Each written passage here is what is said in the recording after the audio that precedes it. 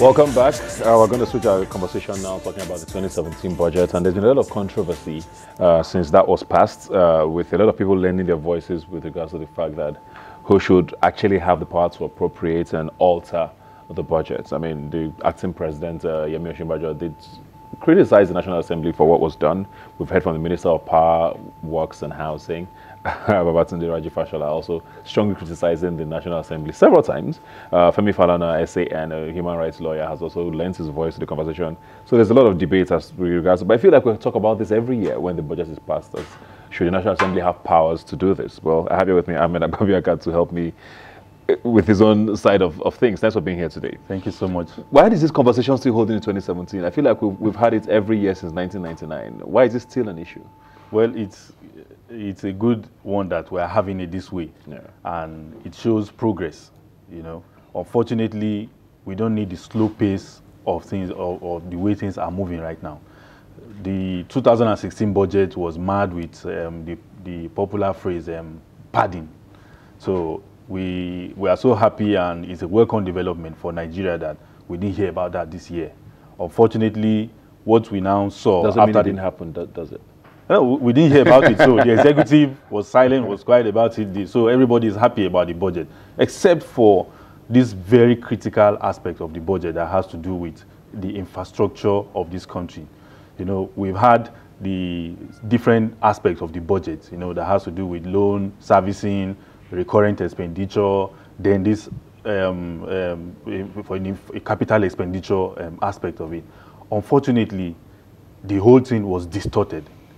So it's graduated from budget padding to distortion of budget, you know, and I think it's one very important aspect that Nigerians need to rise up and actually look into. It's not just what we should be talking about every day or somebody trying to win one debate or another, but what are the real issues? The executive has proposed a budget to the National Assembly. Now, the National Assembly, after a lot of delays, consideration and all that, public hearings, first reading, second reading, and all that, you know, came up with a budget where the critical aspect of the budget, what actually determines the growth and development of a nation, was now distorted. Yeah. You know, things that were supposed to be in the exclusive list, we now took the responsibilities of local government and state government and infused it into the federal budget.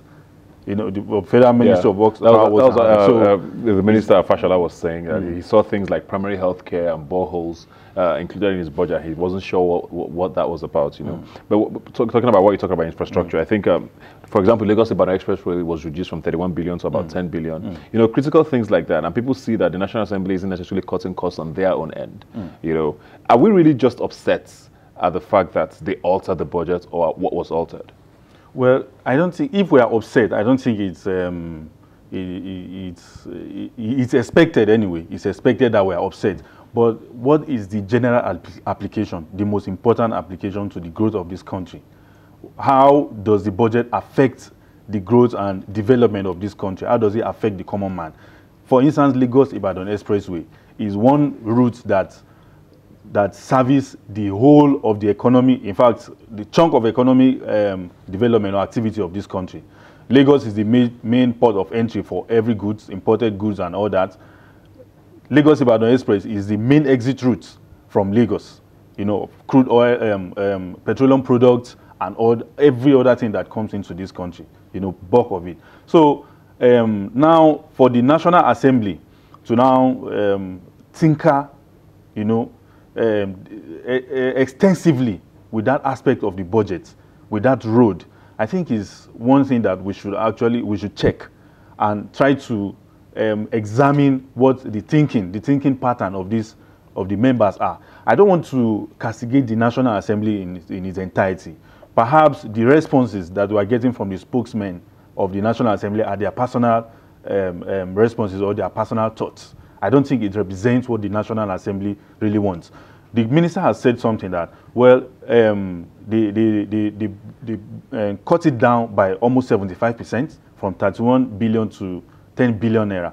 And these are roads that have been abandoned since 2006. They've been there for over 11 years. The road has been there for over 11 years with a lot of litigations here and there. And here we have a government that is serious, that is actually doing something to you know, rewrite history and fix things, make things happen. All of a sudden, we started creating problems for ourselves. The National Assembly thought it fit that, well, the money is too much, and started personalizing, you know, from what the spokesmen are saying, they started personalizing issues and, you know, chunking out things that once you start to imagine that, are these people, were these people elected by us? Is this what we have actually told them to go and do? You understand? So, taking 21 billion out of a 31 billion budget of that critical aspect of the infrastructure of this country is one very serious issue that the National Assembly, leadership of the National Assembly should revisit. And I think it's not just rhetorics, or it's not just about debates on who is winning the debate or who is winning the talk or whatever, but about how applicable, how important this is to the development Why of this aren't country. issues like this better resolved while all of the hearings are being held? I mean, the budget was with the National Assembly for months.